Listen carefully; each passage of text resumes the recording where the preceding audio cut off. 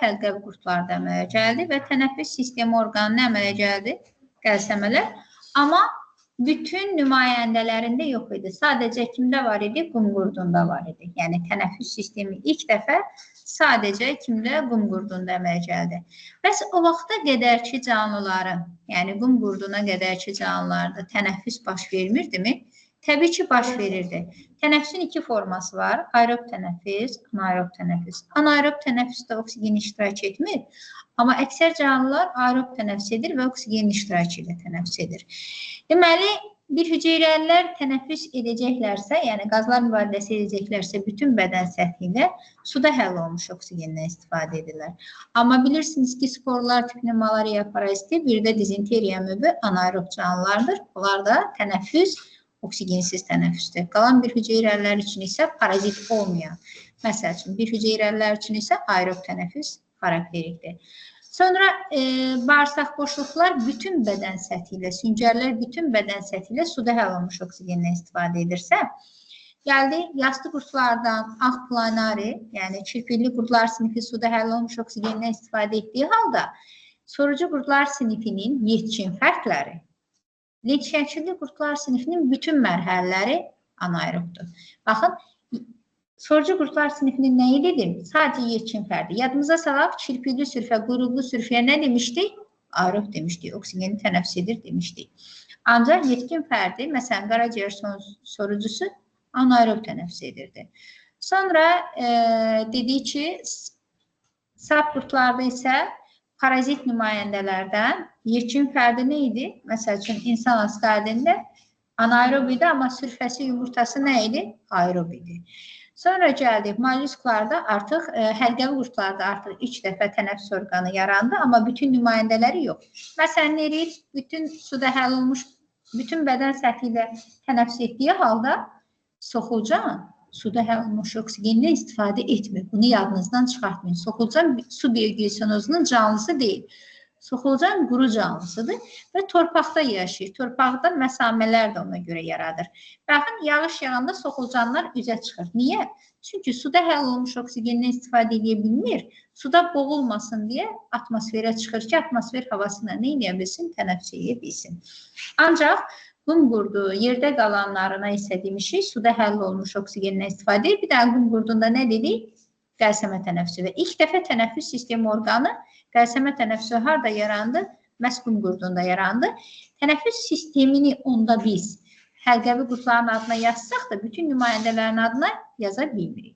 Sonra isə mollusklarda artıq tənəffüs orqanları, ağciyərlər və yaxud da qəlsəmələr yarandı. Bəzi nümayəndələrində bildiyiniz kimi ağciyər idi, bəzi nümayəndələrində isə nə idi? Qəlsəmə idi. Yeri gəlmişkən omurilər üçün deyirəm. Yəni, onlarda yaranan ağciyərlər artıq silurda yaranmışdı. Onurğasızlarda yaranan ağciyərlər harada yaranmışdı? Silurda da yaranmışdı. Sonra isə dedik ki, boğumayaqlılarda, xərçəng kimilərdə nə idi? Qəlsəmə tənəffüsü idi. Hörümçək kimilərdə ağciyər tənəffüsü ilə yanaşı bir də nə var idi? Traxeya tənəffüsü. Gəlin, bir xatırlayaq. Hörümçəyin qarıncığında həm ağciyərlər yerləşirdi, həm də bir cüt traxeya. Bəs əqrəbdə neçə cüt traxeya idi? 4 cüt traxeya idi. Deməli, traxeyalar birbaşa oksigeni hüceyrələrə çatdırıb karbon qazın birbaşa özü alırdı. Ancaq hörümçəyin həmçinin ağciyəri olduğu üçün qanı qazlar mübadiləsində iştirak edib ürəyə arterial qan gəlirdi. Deməli, hörümçəyin traxeyası qaz mübadiləsində qanla etmir. Birbaşa özü hüceyrələrlə edir. Çünki traxeyanın funksiyası birbaşa hüceyrələrlə qaz mübadiləsi etməkdir. Amma hörümçəkdə isə, ağciyərdə isə, ağciyərdə nəyi? Qanı oksigenlə zənginləşdirmiş olur. Sonra isə özləri də ayrı-ayrı dəliklə neyinir?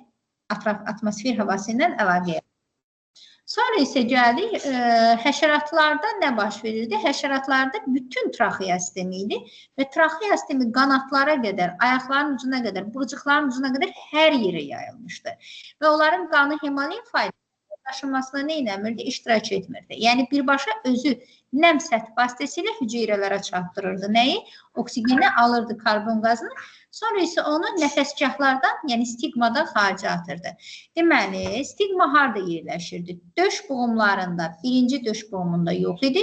İkinci və üçüncü döş boğumunda 4 dənə stigma var idi. Qarıncığında isə sonuncu boğumda yox idi. Qalan boğumlarda 2 dənə var idi, stigma var idi, nəfəs dəlikləri. Oradan xaricə atırdı. Sonra isə gəldik, xordallardan danışsaq, neştərçədə 100 cütə qədər qəlsəmələr idi. Ona görə də udlaq, onlar da həzm kanalının ən uzun şöbəsi idi, qəlsəmə tənəffüsü idi. Sonra isə gəldik balıqlarda, qırdaqlı balıqlarda qəlsəmə tənəffüsü, sümükli balıqlarda da qəlsəmə tənəffüsü. Yadımıza salsaq, qırdaqlı balıqlar, bir də dərsliyimiz onun sinifdə dəyirmi ağızlıları verir. Onlarda qəlsəmə qapaqları yox idi deyir. Amma sümüklü balıqlarda qəlsəmələr, bir də qəlsəmə qapaqları var idi. Bundan başqa bəzi sümüklü balıqlar 2 cür tənəffüslü balıqlar idi. Yəni bəzi balıqların ağciyəri ola bilər. Sonra gəldik, suda burada yaşayanlarda artıq quruya çıxmaqla əlaqəli həm yekun fərdində həm dəri tənəffüsü, həm də nə var idi? Ağciyər tənəffüsü var idi. Amma çömçə quyruğunda ilk mərhələdə xarici qəlsəmələr, nisbətən sonra isə daxili qəlsəmələr əmələ gəlmişdir. Sonra isə sürünənlərdə yalnız nə tənəffüs idi? Ağciyər tənəffüsü idi. Ona görə onların ağciyəri nə idi? Uçuşları çox idi. Sonra gəldik quşlarla məməlilərdə yalnız nə idi? Ağciyər tənəffüsü idi. Düzdür, quşlarda 2 qat tənəffüsü idi. Ancaq onlarda olan hava kisələri tənəffüs prosesində iştirak etsə də, nədə iştirak etmirdi? Qazlar mübadiləsində iştirak etmirdi. Qazlar mübadiləsi yalnız kimin funksiyası idi? Ağciyərin. Bundan əlavə, atmosfer havasında olan oksigen. Atmosfer havasında neçə faiz oksigen var? 21%. Atmosfer havasında olan oksigenin quşlar 80-90% istifadə edir. Məməlilər isə 20-25%-ni nə etmiş olurdu? İstifadə etmiş olurdu. Oksigenin 20-25%-ni, havanın yox ha, oksigenin 20-25%-ni istifadə etmiş olurdu. İnsan da məməlilər sinifi olduğu üçün insanın da tənəffüsü nə tənəffüsüdür? Ağciyər tənəffüsüdür. Yəni indi insanın tənəffüs sisteminin quruluşunu, tənəffüs sisteminin funksiyasını və belə deyək, tənəffüs sisteminin indi xəstəliklərin dediyimiz istəmirik, mexanizmini izah edin. Deməli uşaqlar, inkişaf etmiş, burada deyir ki, inkişaf etmiş. Yəni, inkişaf etmiş canlılar, artıq az öncə mən sizə heyvanları sadaladım, onların içində primitiv quruluşlu heyvanlar da var idi. Və primitiv quruluşlu heyvanlarda xüsusi demək olar ki, tənəffüs orqanı nə idi? Yox idi. Bütün bədən səthi ilə ətraf mühitlə mübadilə edə bilirdilər. Ancaq inkişaf etmiş orqanizmlərin hüceyrələri ilə xarici mühit arasında birbaşa qaz mübadiləsi baş verə bilmədiyi üçün bu iş üçün ixtisaslaşmış strukturlar mövcuddur.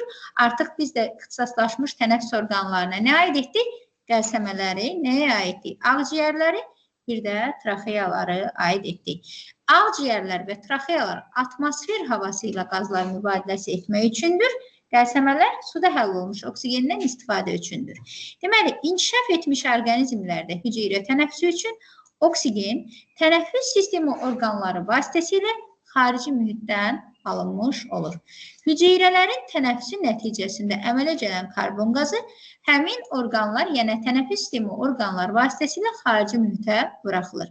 Deməli, hüceyrə tənəffüsü canlıların hüceyrə daxilində həyat fəaliyyətlərini davam etdirmək üçün lazım olan enerjini istehsal etdikləri prosesdir.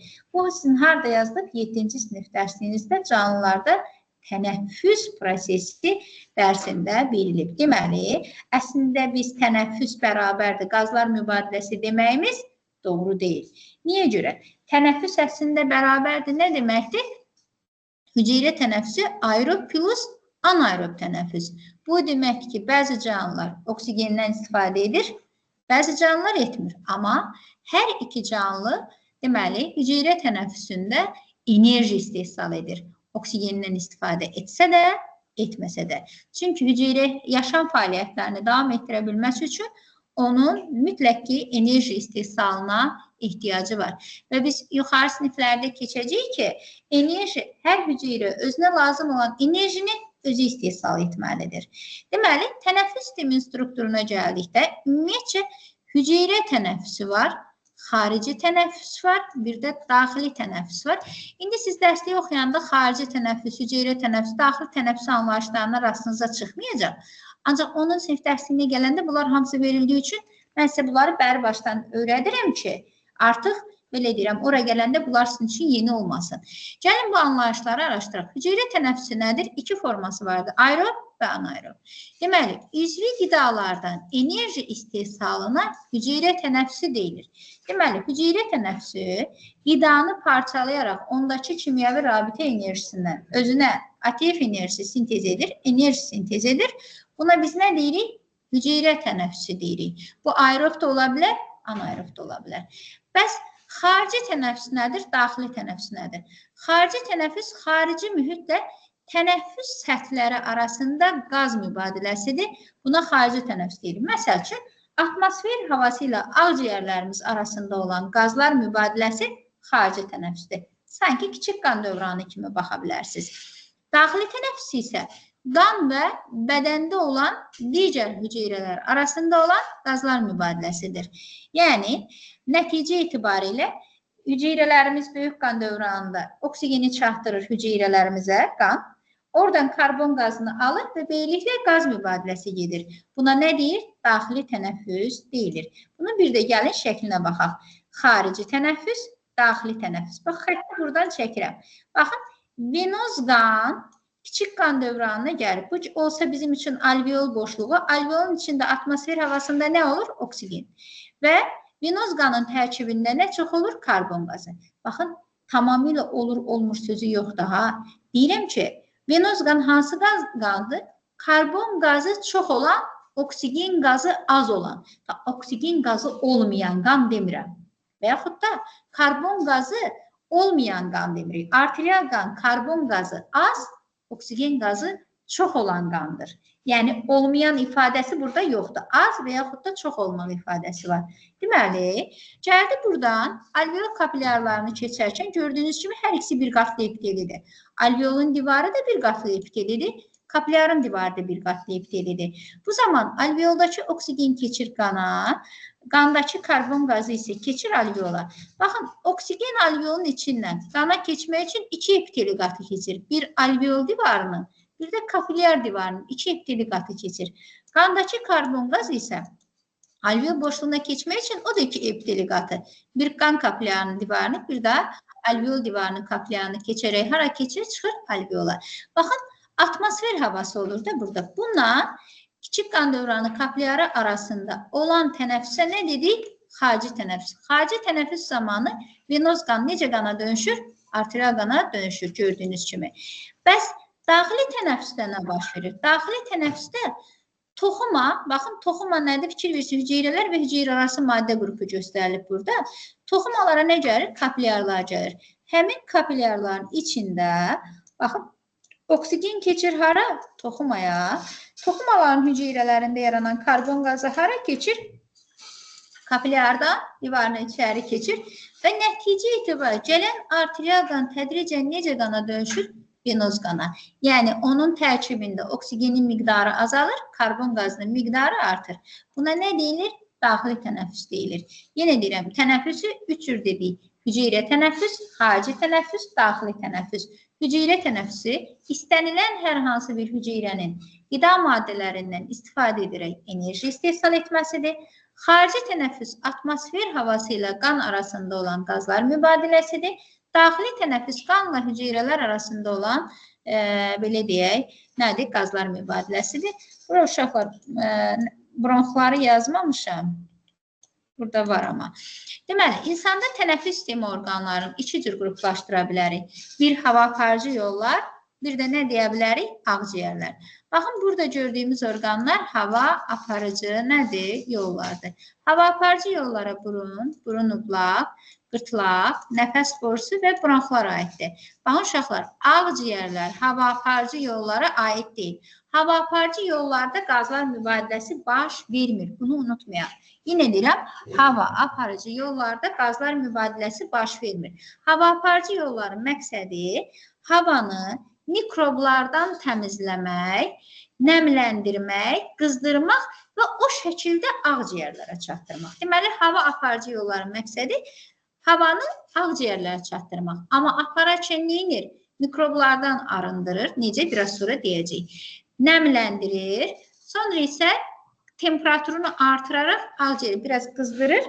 Neyinir? Ağciyərlərə çatdırmaqdan ibarətdir. Ancaq qazlar mübadiləsinin getdiyi yer hansı orqandır? Deməli, az öncə dediyimiz kimi ramil yatma, deməli, ağciyərdir. İndi uşaqlar, deməli, tənəffüs sistemi orqanları bir hava aparıcı yollar, bir də nədir? Ağciyərlər.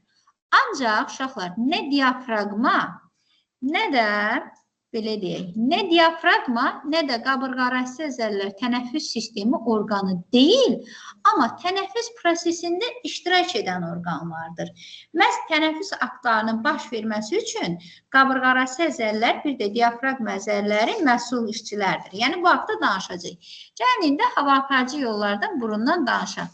Burun nə işə yarayır? Havanın alındığı, ilk atmosfer hissədən alındığı hissədir.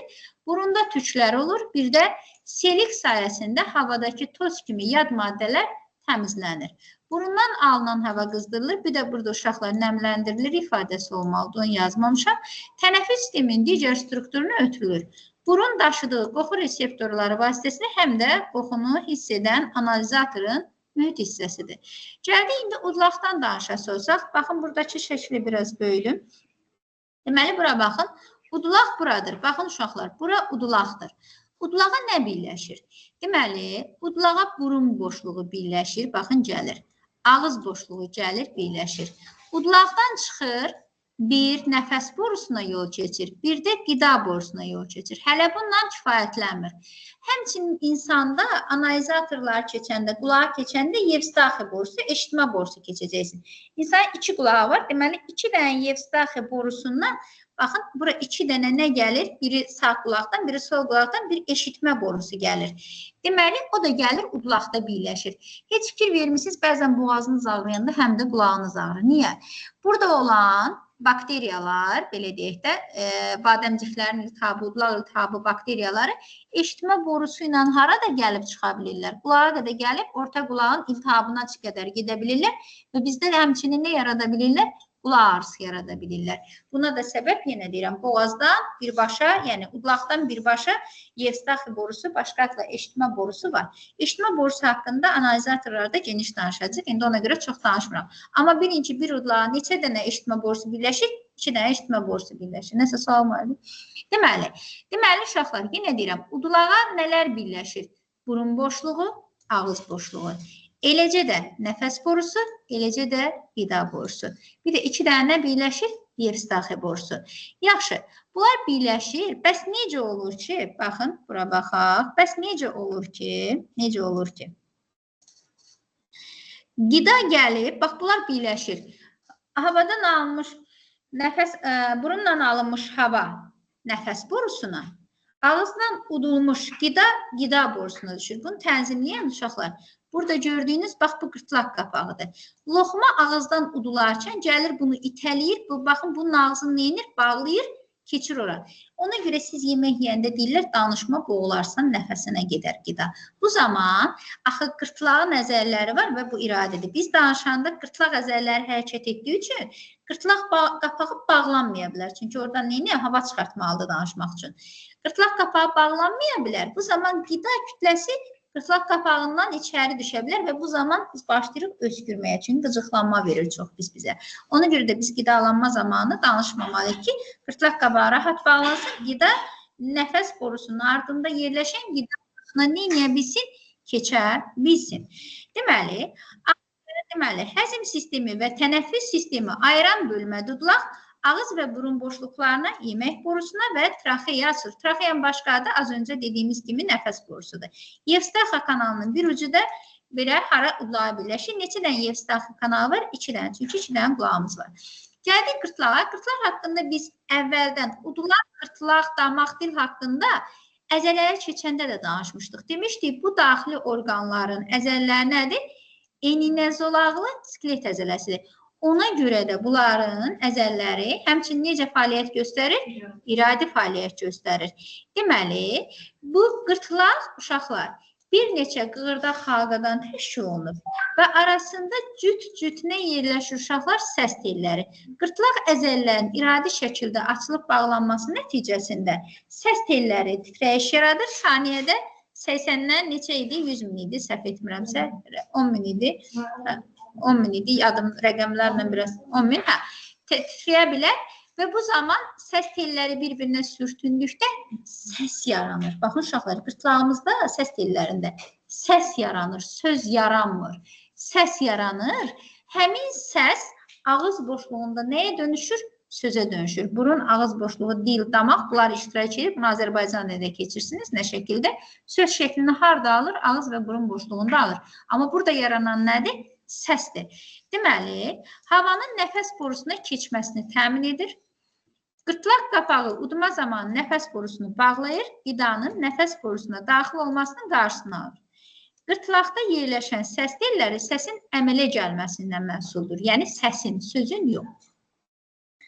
Deməli, gəldik qırtlaqdan sonra nədən danışacaq? Nəfəs borusu, yəni başqa adla biz buna nə deyirik? Traxeya deyirik. Bu qırtlaq və əslində ağciyəri yox, bronxlar olmalıdır. Burada bronxlar arasında yerləşən bir borudur. Yenə deyirəm.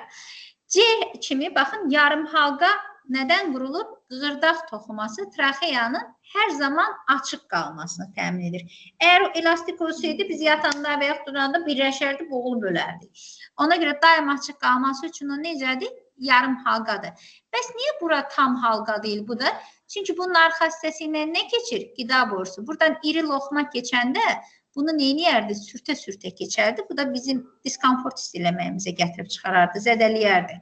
Amma, baxın, bunun arxa hissəsində, bax, bu C şəkilli qığırdağın qida borusu gedən hissəsində nə olur? İyiləşdirici toxumanın düz altında gülay, saya əzələ yerləşir. Və o elastik olduğu üçün qida buradan hərəkət edərkən onu belə deyək də irəli-geri itələyə bilir. Deməli, xaricdən birləşdirici orta qığırdaq daxildən isə epitelidir. Bu epiteli həm kirpikli quruluşa malikdir, həm də selik ifraz edirsə vəzili. Deməli, traxeyanın içərisində nələr olacaq? Tüklər. Burun boşluğunun içində nə dedik var? Tüklər var. Traxeyanın içində nə olacaq? Tüklər və selik. Bunun da funksiyası yenə də mikroorqanizmlərin orqanizmə daxil olmasının qarşısını almaqdır. Xaricdən birləşdirici toxuma, qığırdaq toxuması. Qığırdaq toxuması deyil uşaqlar, birləşdirici toxumadır. Bu xaricdən birləşdirici toxumanın sıx versiyasıdır. Bu qığırdaq versiyasıdır. Daxildən isə epiteli. Epitelin də hansı? Vəzli və selikli, vəzli və də kirpikli epitelidən ibarətdir. Sonra traxeya ağciyərlərə çatdıqda, baxın, bu traxeyada ağciyərlərə çatanda neynir? Sağ və sol ağciyərlərə doğru iki qol ayrılır. Bu qollara nə deyilir uşaqlar? Bronxlar deyilir. Deməli, bronxlar isə uşaqlar, onların halqası tamdır. Çünki onun arxasında qida borusu neynəmir? Keçmir. Bronxlar ağciyərin içərisinə daxil olduqda nəyə şaxələnir? Bronxiyallara şaxələnir və bunlar daha nazik, ən nazik, belə deyək, borular şəklində olur. Deməli, nəfəs borusu bronx, bu isə gördüyümüz nədir? Ağciyər. Bu isə diafragmadır. Bronxiyal isə, belə deyək, ağciyərin içindəki şaxələrdir. Biraz sonra diafragma haqqında daha geniş danışacaq. Gələk ağciyərlərdən danışaq uşaqlar. Fikir verirsinizsə ağciyərin, məsələn, qaraciyər deyirəm, amma ağciyərə ağciyərlər deyirəm. Sonuna bir cüt şəkil çıxartdım. Çünki insanın neçə dənə ağciyər var? 2 dənə. Sağ ağciyər, bir də sol ağciyər. Sağ ağciyər 3 paydan, sol ağciyər isə 2 paydan ibarətdir. Ağciyərlər süncər quruluşa malikdir. Çünki bir qatlı epiteli içərisi boş olan qovuqlar şəklindədir. Plevra adlanan 2 qatlı pərdə ilə bir onu xaricdən örtür, biri də döş boşluğunu divarını örtür. İki plevra arasında plevra mayesi yerləşir. Bu da tənəffüs hərəkətləri zamanı ağciyərlərin belə deyək də genişlənib və sıxılmasını təmin edir. Deməli, sağ ağciyərin sol ağciyərdən belə deyək, iri olmasına səbəb, 3 paylı olmasına səbəb ürəyin sol tərəfdə yerləşməsidir. Ağciyərlərdə cəmi təxminən 700 milyon nə var? Alveol var. Və bu qədər çox alveolun olması səth sahəsini artırır ki, daha çox qazlar mübadiləsi getsin. Ağciyərlərdə qazlar mübadiləsinin baş verdiyi yer bronxiyonun ucunda yerləşən funksional kisə şəkilli hissələrə alveollar deyilir. Yəni, funksional nə deməkdir? Qazlar mübadiləsi yerini yetirdiyi üçün, belə deyək də, ağciyərində funksional hissəsi nə sayılır? alveol sayılır. Alveollar üzüm salxımını xatırladır. Fikir versəz, biraz şəkli böyüdəsi olsa, fikir versəz burada, baxın, kiçik-kiçik bronxialların ucunda yerləşir. Və bura diqqət yetirsəniz, hər alveola demək olar, bax bu gələn qan hansıdır? Venoz qan. Yadımıza salaq, kiçik qan dövranında demişdik ki, ağciyərə nə gəlirdi? Ağciyər çötüyündən çıxırdı. Ağciyər arteriyaları biri sağa, biri sola. Ağciyər arteriyaları daha kiçik arteriyalar şaxələnib, alveolların ətrafında nə yaradırdı? Kapilyar şəbəkə. Fikir versə, kapilyar şəbəkəni görürük. Sonra isə arterial qana dönüşdükdən sonra ağciyər venası ilə ağciyər nə edəcəkdir? Tərk eləyəcəkdir. Alveolların bir qatlı yastı epiteldən ibarət olan alveollar qaz mübadiləsində iştirak edirlər. Deməli, gələk baxaq burada. Ağciyərlərə xaricdən havanın alınması nə sayılır? Nəfəs almaqdır. Bəs havanın ağciyərlərdən çıxarılması nə sayılır? Nəfəs vermə aktı. İki aktın cəminə nə deyilir? Tənəffüs hərəkəti. Onda bir tənəffüs hərəkəti neçə aktdan ibarətdir? 2 aktdan. Biri nəfəs alma, biri nəfəs vermə. Məsəl üçün, 30 tənəffüs hərəkəti baş veribsə, neçə akt var? 60 akt. Bunun 30'u nəfəs alma aktıdır, 30'u nəfəs vermə. Onda bir tənəffüs hərəkəti demək, həm nəfəs alınması üçün, həm də nəfəsin verilməsi deməkdir. Yəni, bir tənəffüs hərəkəti demək, burada qazlar mübadiləsi həm nəfəsin alınması, həm də nəfəsin verilməsi deməkdir. Baxaq, burada yenə alveollarda qazlar mübadiləsinin şəklinə diqqət edirək. Alveolun içinə daxil olan hava, havadakı oksigen keçir hara? Qana, qandakı karbon qazı keçir alveola. Beləliklə, ağciyər kapilyarlarında venoz qan arterial qana dönüşür. Amma daxili tənəffüs zamanı böyük qan dövranının kapilyarlarında hüceyrələrdə yaranan karbon qazı keçir qana, qanda yaranan oksigen qazı hara keçir? Hüceyrələrə keçir. Beləliklə, toxumalarda da nə? Qazlar mübadiləsi baş vermiş olur. Az öncə demişdim ki, qabırğarası əzələlər, bir də diafraqma əzələləri tənəffüs sistemi orqanı olmasa da tənəffüs üçün çox böyük əhəmiyyəti var. Yəni, o əzələlər olmasa biz nəfəs alıb verə bilmərik. Deməli, diafraqma döş və qarın boşluğunu bir-birindən ayıran əzələvi orqandır. Nəfəs alma prosesi döş boşluğunun həcminin genişlənməsi və daralması nəticəsində yaranan təzyiq fərqinə görə baş verir. Deməli, orta yaşlı adamlarda sakit vəziyyətdə 1 dəqiqədə 16 tənəffüs hərəkəti neyinir? Baş verir. Onda 16 tənəffüs hərəkəti baş verirsə neçə akt olur? 32 akt. Bunun 16'sı nəfəs alma, 16'sı nədir? Nəfəs vermə. Deməli, bura diqqət yetirsəz, baxın, bu diafraqmadır. Diafraqma əzələsi yığılanda yastılaşır, üzü aşağı gəlir. Bunun diafraqmanın üzü aşağı gəlməsi döş boşluğunun həcminin genişlənməsinə səbəb olur. Eləcə də qabırğarası əzəli yığıldıqda döş qəfəsi qabarır və nəticə etibarilə həcmi artır. Və orada 2 dənə plevranın olması, biri döş qəfəsinin divarını tutması, biri də ağciyərin divarını tutması, deməli, döş qəfəsi ilə ağciyər arasında hava boşluğu yoxdur. Hava boşluğu olmadığı üçün, ora maye olduğu üçün, siz də fizikadan bilirsiniz ki, qazlar istənilən qədər genişləndiyi bildiyi halda mayelər genişlənə bilmir. Ona görə də döş qəfəsinin həcmi genişlənəndə maye genişlənə bilmədiyi üçün özü ilə birlikdə dartılır və döş qəfəsinin həcmi genişləndiyi üçün onunla birlikdə ağciyərdə dartıldığı üçün ağciyərin həcmi artır. Ağciyərin həcmi artanda içəridəki qazlar seyrənir. Qazlar seyrələndə təzyiq aşağı düşür. Təzyiq aşağı düşürsə atmosfer təzyiqindən aşağı olduğu üçün bir də bilirsiniz ki, təzyiq çox olan yerdən təzyiq az olan yerə doğru qazlar hərəkət edir. Və beləliklə atmosfer havası insanın tənəffüs yollarından ağciyərlərinə qədər gəlir. Və ondan sonra nəfəs vermə aktı necə baş verir? Deməli, bu diafraqma əzələsi boşalır, günbəz kimi yuxarı qalxır. Baxın, nəfəs almada qarın boşluğunun həcmi azalırdısa, döş boşluğunun həcmi artırdı. Nəfəs vermədə qarın boşluğunun həcmi artır, sizi çaşdıra bilər. Məsələn, deyər ki, qarın boşluğunun həcmi artanda, fraz elə bilsən ki, həcmi artanda nəfəs alma olacaq. Bax da, gör nəyi deyir. Deməli, qarın boşluğunun həcmi artır, döş boşluğunun həcmi azalır. Və qabırğarası əzələlər boşaldığı üçün qabırğalar aşağı doğru enir və nəticədə döş qəfəsinin həcmi kiçilir. Döş qəfəsi həcmi kiçildikcə özü ilə birlikdə ağciyəri sıxır. Ağciyər sıxdığı üçün ağciyərlərin qazları neyinir? Sıxlaşır. Həcm azalanda bilirsiniz ki, sıxlıq neyinir? Artır. Sıxlıq artanda təzyiq artır. Təzyiq artanda məcburən təzyiq çox olan yerdən az olan yerə doğru çıxmalıdır. Ona görə də atmosfer təzyiqindən çox olduğu üçün ağciyərlərdəki hava kütləsi atmosfer havasına xaric olur. Beləliklə, nəfəs alma, nəfəs vermə aktları baş verir. Gəlin bir ümumiləşdirək. Nəfəs alma aktı zamanı qabırğarası əzəllər yığılır. Baxın, qabırğarası əzəllər yığıldığı üçün qabırğalar xaricə doğru genişlənir və bu zaman döş boşluğunun həcmi artır. Sonra diafraqm əzələsi yığılır. Gördüyünüz kimi aşağı yığıldığı üçün yastılaşır və aşağı enir. Döş boşluğu genişlənir, ağciyərlərin həcmi artır, ağciyərlərdəki təzyiq atmosfer təzyiqindən aşağı düşür və hava daxil olur və alveollarda qazlar mübadiləsi. Onda sizə sual verər ki, alveollarda qazlar mübadiləsi nəfəs almadadır, yoxsa nəfəs vermədə? Nə deyəcəksiniz? Nəfəs almada. Yaxşı, bəs nəfəs vermə aktı necə baş verir? Artıq qazlar mübadiləsi tamamlandı. Bu dəfə nəfəs vermə. Qabırğarası əzəllər boşalır. Bu zaman boşaldığı üçün qabırğalar sanki aşağı doğru çökür, döş boşluğunun həcmi azalır. Diafraqm əzələsi boşalır. Diafraqm əzələsi boşalanda günbəz şəklində yuxarı, deməli, belə deyək, altdan yuxarı, belə deyək, qarın boşluğundan döş boşluğuna doğru yuxarı qalxır və döş boşluğunun həcmi kiçilir. Ağciyərlərin həcmi kiçilir, ağciyərlərdə təzyiq artır, alveollarda havada karbon qazının miqdarı artır. Çünki artıq qazlar mübadiləsi getdiyi üçün alveollarda karbon qazının miqdarı artır. İndi uşaqlar, baxın, bu proses dövrü olaraq baş verir. Bəs bu prosesin baş verməsinə səbəb nədir? Niyə qabırğarası əzəllərimiz, diafraqm əzəllərimiz yığılır? Sinir sistemində bir keçid eləyək. Yadımıza salaq, demişdik ki, əzəllər nə zaman yığılar? Sinir impulslarını qəbul etdikləri vaxt yığılar.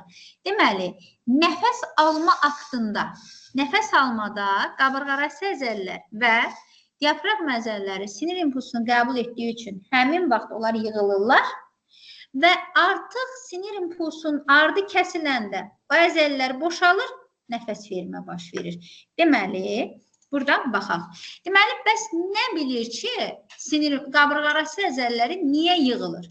Deməli, uşaqlar, qanda karbon qazının miqdarının artması, baxın, qanda karbon qazının miqdarı artır və bu zaman həmin venoz qan damar dimarlarında qıcıqlanma yaradır. Həmin damar dimarlarında yaranan qıcıqlanma uzunsov beyin mərkəzinə nə ötürür? İmpuls ötürür ki, yəni qanın tərkibində karbon qazının miqdarı artır. Və uzunsov beyin də neyinir? Qabırğarası əzəliyə, bir də diafraqm əzələsinə nə göndərir? Sinir impulsu göndərir. Və bunlar bu zaman yığılırlar. Yığılanda döş boşluğunun həcmi artır. Qazlar içəri daxil olur, qazlar mübadiləsi baş verir. Qazlar mübadiləsi baş verəndə qanın tərkibində nəyin miqdarı azalır? Karbon qazının miqdarı azalır. Karbon qazının miqdarının aşağı düşməsi artıq damar divarının qıcıqlanmasını durdurur. Damar divarı qıcıqlanmırsa, uzunsov beyinə impuls getmir. Uzunsov beyinə impuls getmirsə, uzunsov beyində qabırğarası əzələ, diafraqm əzələsinə göndərmir, əmrlər göndərmir. Bundan da əzələlər, sinir impulsları gəlmirsə, boşalırlar. Boşaldığı zaman döş boşluğunun həcmi kiçilir və ağciyərlər sıxılır, içindəki hava neynəmiş olur? Xaric etmiş olur.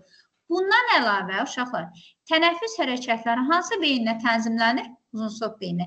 Yadımıza salaq, zaten uzunsov beynin funksiyasını keçəndə demişdik. Həzin, qandamar, tənəffüs mərkəzləri uzunsov beyində. Amma, uşaqlar, tənəffüs mərkəzi qismən yarım kürələrlə də neyniyə bilər? İdarə oluna bilər. Niyə qismən? Sizə desəm, dərindən nəfəs alın, verin. Bunu özünüz də eləyə bilərsiniz. Bunu iradə etdiyinizə görə də biz deyirik ki, qismən necə? Yarımkülər. Amma mən sizə desəm ki, nəfəsinizi tutun, buraxmayın da, yəni ümumiyyətcə buraxmayın, saxlayın. Bu mümkün deyil. Niyə? Çünki siz müəyyən müddət sonra özünüzdən asılı olmayaraq, çünki hüceyrələrdə, toxumalarda o qədər karbon qazı toplanacaq, qanın tərkibində o qədər karbon qazı artacaq, damarlar impuls seli göndərəcək uzunsov beyinə, uzunsov beyin axır ki, baş beynimizdən belə deyək ki, icazəsiz birbaşa neyniyəcək? Qabırğarası əzəliyə, bir də diafraqm əzələsinə impuls göndərəcək. Onların yığılmasına da bizdən qeyri-ixtiyarı nəfəs alma aktı neyniyəcək? Baş verəcək. Ona görə də burada qismən sözünün altından neynirik? Xətt çəkmiş oluruq. Alo. Bir 5 dəqiqə. Aha. Deməli, gördüyünüz kimi, bəli. İndi dərsliyə keçək. Dərslikdən nə verir? Şüvənlik eləməsəydiniz, eləyirsiniz də narım. Deməli, vereyim uşaqlar. Deməli, havan insana ağciyərlərdə kim daha çox qaçar qaldı? 2 paragraf qaldı əslində. Yəni, heç nə olmaz. PDF-i də göndərərəm qrupa. Yazarsan da, yazarsan və hansı qrupa salmalı olduğumu yazarsan.